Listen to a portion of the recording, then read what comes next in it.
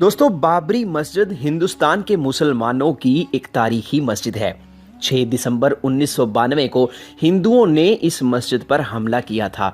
कई सालों तक मुसलमानों और हिंदुओं के दरमियान इंडिया की मुख्तलिफ कोर्ट्स में बाबरी मस्जिद केस चलता रहा।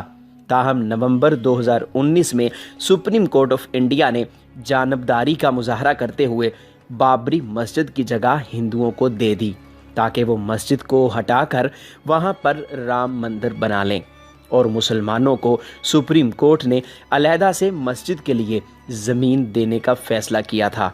ताहम मुसलमानों ने इस फैसले को तस्लीम नहीं किया, और जब इंडियन गवर्नमेंट ने चंद रोज़ पहले मस्जिद को शहीद करने का काम शुरू किया, तो मस्जिद को शहीद करने के अमल में हिस्सा लेने वाली तमाम क्रेनें जाम हो गईं। दोस्तों, मुसलमानों ने इस वाक़े को मौजज़ा करार दिया कि अल्लाह अपने घर की हिफाजत करना खूब जानता है, कि अल्लाह वो है जो एक छोटे परिंदे अबाबील के ज़रिए अबरा के लश्कर को नेस्तो नाबूद कर सकता है।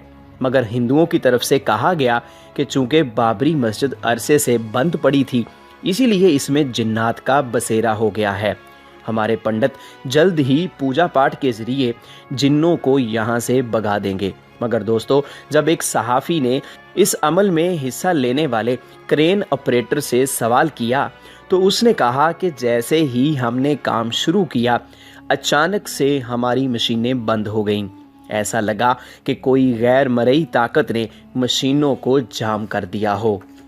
दोस्तों, कोई जो भी कहे, मगर हम मुसलमान जानते हैं कि इस वक्त इस्लाम दुनिया का वाहिद सच्चा मज़हब है। बज़ाहिर गैर मुस्लिम जितनी भी चालें चल लें, मगर अल्लाह के सामने वो सब फेल हैं।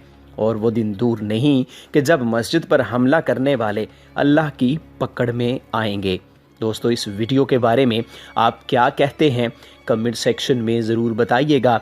वीडियो को लाइक और शेयर कीजिएगा, और इस तरह की और अपडेटेड वीडियोज़ के लिए हमारा चैनल सब्सक्राइब ज़रूर कर लीजिएगा।